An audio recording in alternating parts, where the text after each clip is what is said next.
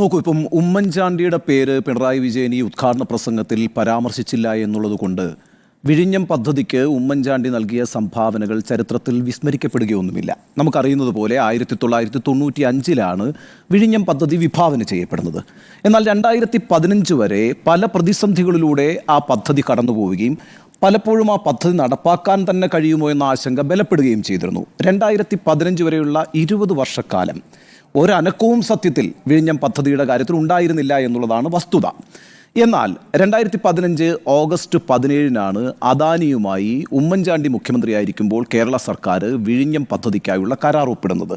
നമുക്കറിയാമല്ലോ, വിഴിഞ്ഞം പദ്ധതി നടപ്പാക്കുക എന്ന നിശ്ചയദാർഢ്യത്തിൻ്റെ അടിസ്ഥാനത്തിൽ ഉമ്മൻചാണ്ടി ഡൽഹിയിലെത്തുകയും KV തോമസിൻ്റെ വീട്ടിൽ വെച്ചിട്ടാണ് അദാനിയുമായി കൂടിക്കാഴ്ച നടത്തുകയും അങ്ങനെ അദാനിയെ ഇതിലേക്ക് കൂട്ടിക്കൊണ്ടുവരികയും ചെയ്തത്. ആ അർത്ഥത്തിൽ ഉമ്മൻചാണ്ടി എടുത്തിട്ടുള്ളൊരു ഇനിഷ്യേറ്റീവ് എന്ന് പറയുന്നത് വളരെ പ്രധാനമാണ്. അതായത് 2015 ഓഗസ്റ്റ് 17 വിഴിഞ്ഞം പോർട്ട് നിർമ്മാണവുമായി ബന്ധപ്പെട്ട കരാറിൽ ഒപ്പുവെച്ചിരിക്കുന്ന 2 പേർ ഉമ്മൻചാണ്ടിയും അതേപോലെ തന്നെ ഗൗതം അദാനിയുമാണ്. അതൊരു ചരിത്രരേഖയാണ്. ഇനിയിപ്പോൾ 60 വർഷത്തേക്കാണല്ലോ ഈ കരാർ എന്ന് പറയുന്നത്. ഈ കരാറിൻ്റെ ഓരോ പേജിലും ഇവർ രണ്ടുപേരുമാണ് ഒപ്പുവെച്ചിരിക്കുന്നത്. അതൊരു ചരിത്രരേഖയാണ്. അപ്പോൾ അതുകൊണ്ട് ഇതൊന്നും നമുക്കങ്ങനെ വിസ്മരിച്ച് കളയാൻ കഴിയില്ല. ഏതെങ്കിലും ഒരു പരാമർശം സംഭവിച്ചില്ല എന്നതിൻ്റെ പേരിൽ മലയാളികൾ മറന്നു പോകുന്ന ഒരു പേരുമായിരിക്കില്ല വിഴിഞ്ഞം പദ്ധതിയുമായി ബന്ധപ്പെട്ട് ഉമ്മൻചാണ്ടിയുടേത്. ഇനി മറ്റൊരു കാര്യമുണ്ടല്ലോ, ഈ 2015 ഡിസംബറിലാണ് വിഴിഞ്ഞം പദ്ധതിയുടെ തറക്കല്ലിടുന്നത്. അന്ന് കേരളത്തിൻ്റെ മുഖ്യമന്ത്രി ആരാണ്? ഉമ്മൻചാണ്ടിയാണ്. ആരാണ് ആ തറക്കല്ലിട്ടത്? ഉമ്മൻചാണ്ടിയാണ്. ഏത് പദ്ധതിയുടെയും ശിലാസ്ഥാപനം നിർവഹിച്ചാൽ അവിടെ ഒരു വലിയ ഫലകമുണ്ടാകുമല്ലോ. ആ ഫലകത്തിൽ കൃത്യമായി എഴുതി വെച്ചിട്ടുണ്ട് ശിലാസ്ഥാപനം ബഹുമുഖ്യമന്ത്രി ഉമ്മൻചാണ്ടി 2015 എന്നുള്ളത്. അപ്പോൾ ഇതൊക്കെ ചരിത്രരേഖകളാണ്. അതുകൊണ്ട് പിണറായി വിജയൻ ഇന്ന് ഉമ്മൻചാണ്ടിയുടെ പേര് പരാമർശിക്കാതിരുന്നത് കൊണ്ട് വിഴിഞ്ഞം പദ്ധതിയുമായി ബന്ധപ്പെട്ട് ഉമ്മൻചാണ്ടിയുടെ കോൺട്രിബ്യൂഷൻ എല്ലാം വിസ്മരിക്കപ്പെട്ടു പോകുമെന്നൊരു ആശങ്ക ആർക്കും തന്നെ ഉണ്ടാകേണ്ടതില്ല. ഇനി എന്തുകൊണ്ട് പിണറായി വിജയൻ ആ പേര് പരാമർശിക്കുന്നില്ല എന്നുള്ളതാണ്. പിണറായി വിജയൻ ബുദ്ധിമാനായ ഒരു രാഷ്ട്രീയ പ്രവർത്തകനും രാഷ്ട്രീയ നേതാവുമാണ്. ഞാൻ എൻ്റെ പ്രസംഗത്തിൽ ഉമ്മൻചാണ്ടിയെ പരാമർശിക്കാതിരിക്കുന്നത് വഴി മലയാളികളെയെല്ലാം ആ ഉമ്മൻചാണ്ടിയുമായിട്ടുള്ള ഇതിൻ്റെ ബന്ധത്തെ വിസ്മൃതിയിലേക്ക് തള്ളിക്കളയാം, കൊണ്ടുപോയി കളയാം എന്നൊന്നും വിചാരിക്കുന്ന മണ്ടത്തരം പിണറായി വിജയൻ ഇല്ലല്ലോ. എന്ന് മാത്രവുമല്ല, ഈ പദ്ധതിയുടെ ഉദ്ഘാടനവുമായി ബന്ധപ്പെട്ട് കേരളത്തിൽ കഴിഞ്ഞ 2-3 ദിവസങ്ങളായി നടക്കുന്ന ചർച്ച എന്താണ്? ഉമ്മൻചാണ്ടിയെ വിസ്മരിക്കുന്നു, ഉമ്മൻചാണ്ടിയുടെ കോൺട്രിബ്യൂഷനെ വില കുറച്ച് കാണുന്നു, ഉമ്മൻചാണ്ടിയാണ് ഇതിൻ്റെ പിതാവ്, അല്ലെങ്കിൽ അതിൻ്റെ ക്രെഡിറ്റ് ഇപ്പോൾ CPM എടുക്കുകയാണ്. ഈ രീതിയിൽ കേരളത്തിൽ വളരെ വ്യാപകമായ ചർച്ച ഇതുമായി ബന്ധപ്പെട്ട് നടക്കുന്നുണ്ട്. അപ്പോൾ താൻ തൽക്കാലം പേര് പറയാതിരിക്കുന്ന വഴി മലയാളികളെല്ലാം ഇതങ്ങ് മറന്നുപോകും എന്ന് വിചാരിക്കുന്ന മണ്ടത്തരവും പിണറായി വിജയൻ ഇല്ലല്ലോ. പിന്നെന്താണ് പിണറായി വിജയൻ ഈ പേര് പരാമർശിക്കാത്തത്?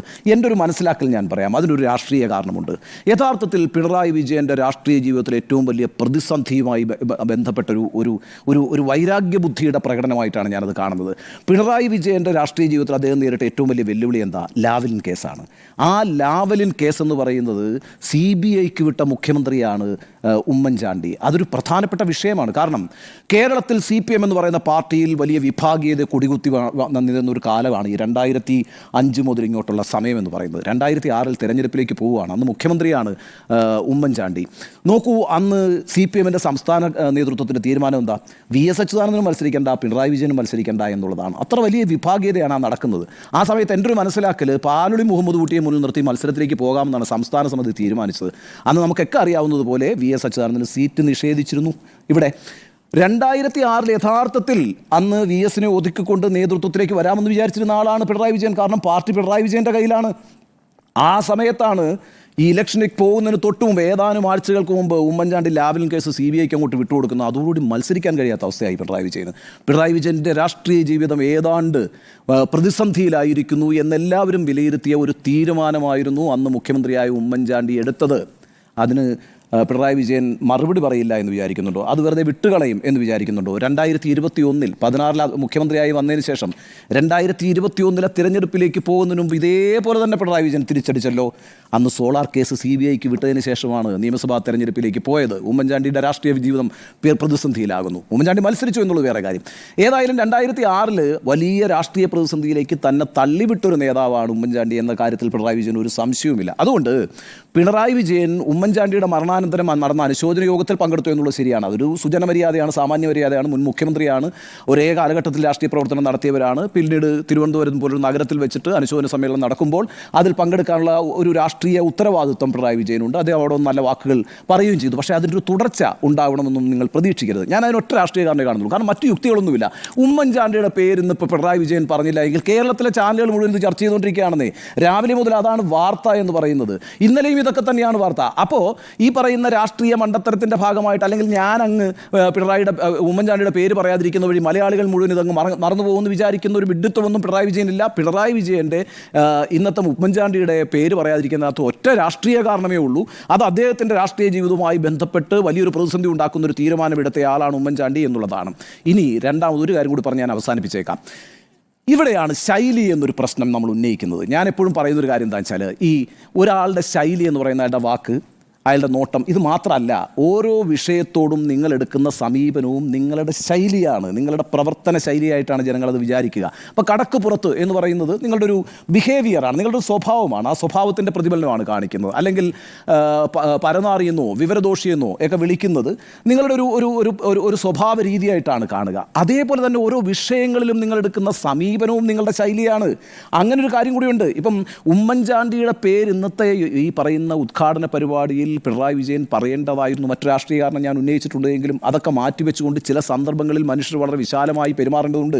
അത് ഈ പൊതുജനങ്ങൾ മുഴുവൻ കണ്ടുകൊണ്ടിരിക്കുന്ന, കേരളം വളരെ ആഹ്ലാദത്തോടുകൂടി കണ്ടുകൊണ്ടിരിക്കുന്ന ഒരു വലിയ പ്രോജക്റ്റിൻ്റെ ഉദ്ഘാടന സമയത്ത് അതിൻ്റെ ഏറ്റവും പ്രധാനപ്പെട്ട കോൺട്രിബ്യൂഷൻ നടത്തിയിട്ടുള്ള ആൾ. ഞാൻ പറഞ്ഞില്ലേ, ഇതിൻ്റെ ആണിക്കല്ലെന്ന് പറയുന്നത് എന്താണ്? ഈ കരാറല്ലേ, അദാനിയുമായിട്ടുള്ള കരാറല്ലേ, അത് നടപ്പാക്കി അതിൽ ഒപ്പിട്ടയാളല്ലേ ഉമ്മൻചാണ്ടി, പിന്നീട് അതിന് ശിലാസ്ഥാപനം നിർവഹിച്ച ആളല്ലേ ഉമ്മൻചാണ്ടി, പിന്നീട് അദ്ദേഹം അധികാരത്തിൽ വന്നിട്ടില്ല, പിന്നെ അത് പരിപാടി മുന്നോട്ട് കൊണ്ടുപോയിട്ടുള്ളത് പിണറായി സർക്കാരാണെന്ന കാര്യത്തിൽ യാതൊരു തർക്കവുമില്ല. പക്ഷേ അപ്പോഴും അതിൻ്റെ ഒരു ആണിക്കല്ലായി പ്രവർത്തിച്ച ആളുടെ പേര് പറയുക എന്ന് പറയുന്നത് ഒരു മര്യാദയാണ്. ആ മര്യാദ നിങ്ങൾ പൊതുവേദിയിൽ പുലർത്തിയില്ല എങ്കിൽ അതും ഒരു ശൈലീ പ്രശ്നമാണെന്ന് വിചാരിക്കുന്ന ഒരാളാണ് ഞാൻ. അത്തരം ശൈലികളൊക്കെ മാറ്റണം. ഇന്നിപ്പോൾ ഇത്രയും വലിയ ചർച്ചയ്ക്ക് പിണറായി വിജയൻ ഒരു വഴി വെച്ചിരിക്കുകയാണ്. നമ്മൾ മാത്രമല്ലെന്നേ, മാധ്യമങ്ങൾ മാത്രമല്ല ഇത് ചർച്ച ചെയ്യുന്നത്. എന്തുകൊണ്ടാണ് മാധ്യമങ്ങൾ ഈ വിഷയം എടുത്ത് ചർച്ച ചെയ്യുന്നത്? ഇന്നിപ്പം അരുൺകുമാർ എന്തുകൊണ്ടാണ് 7 മണിക്ക് ഈ ഡിബേറ്റിൽ ഈ വിഷയം എടുത്ത് ചർച്ച ചെയ്യുന്നത്? ചർച്ച ചെയ്യുന്നതിൻ്റെ ഒരു കാര്യം എന്താണെന്ന് വെച്ചാൽ, കേരളത്തിൽ പൊതുസമൂഹത്തിലൊരു ചർച്ചയായിരിക്കുന്നതുകൊണ്ടാണ് അതിൻ്റെ വിവിധ വീക്ഷണങ്ങളെ ഒരു മാധ്യമം എന്നുള്ളതിലേക്ക് നിങ്ങൾക്ക് അവതരിപ്പിക്കേണ്ടി വരുന്നത്. അപ്പോൾ അങ്ങനെ അവതരിപ്പിച്ച് ഒരു എന്താ പറയുക, ഒരു പ്രതിച്ഛായ പ്രശ്നവും പിണറായി വിജയൻ ഉണ്ടാകുന്നുണ്ടെങ്കിൽ, അല്ലെങ്കിൽ ആ പാർട്ടിക്ക് ഉണ്ടാകുന്നുണ്ടെങ്കിൽ, അല്ലെങ്കിൽ ആ സർക്കാരിന് ഉണ്ടെങ്കിൽ അതിൻ്റെ കാരണക്കാരനായിട്ട് വീണ്ടും മുന്നോട്ട് വരുന്നത് പിണറായിയുടെ ഒരു പ്രസംഗമാണ്. അതുകൊണ്ട് ആ ശൈലി തിരുത്തണം എന്ന് പറഞ്ഞാൽ, ഞാൻ എപ്പോഴും പറയുന്നുണ്ട്, നിങ്ങൾ ചിരിക്കണമെന്നേ, നിങ്ങൾ ആളെ കാണുമ്പോൾ ചിരിക്കണമെന്നും കെട്ടിപ്പിടിക്കണമെന്നൊന്നും അല്ല പറയുന്നത്. അത്തരം കാര്യങ്ങൾ ചെയ്യാൻ കഴിഞ്ഞാൽ അത് വളരെ നല്ലത്. അതിനോടൊപ്പം ഓരോ വിഷയത്തിലും നിങ്ങൾ സ്വീകരിക്കുന്ന സമീപനം നിങ്ങളുടെ ശൈലിയുമായി ബന്ധപ്പെട്ടിരിക്കുന്നു. ആ ശൈലി മാറ്റം എന്ന് പറയുന്നത് ഇത്തരം വേദികളിലൊക്കെ തുറന്ന മനസ്സോടുകൂടി സംസാരിക്കാനും, വേണ്ട സമയത്ത് വേണ്ട ആളുകളെ പരിഗണിച്ചുകൊണ്ട് പ്രകീർത്തിക്കണമെങ്കിൽ പ്രകീർത്തിക്കാനും, വിമർശിക്കണമെങ്കിൽ വിമർശിക്കാനും ഒക്കെ കഴിയുന്ന ഒരു രീതിയിലേക്ക് നിങ്ങളുടെ ശൈലി മാറ്റം കൂടി സംഭവിക്കണം. ആ ശൈലി മാറ്റം സംഭവിച്ചിട്ടില്ല പിണറായി വിജയൻ്റെ കാര്യത്തിലെന്ന് തെളിയിക്കുന്നത് കൂടിയാണ് ഇന്നത്തെ സംഭവം എന്നാണ് എൻ്റെ ഈ കാര്യത്തിലുള്ള ടേക്ക്.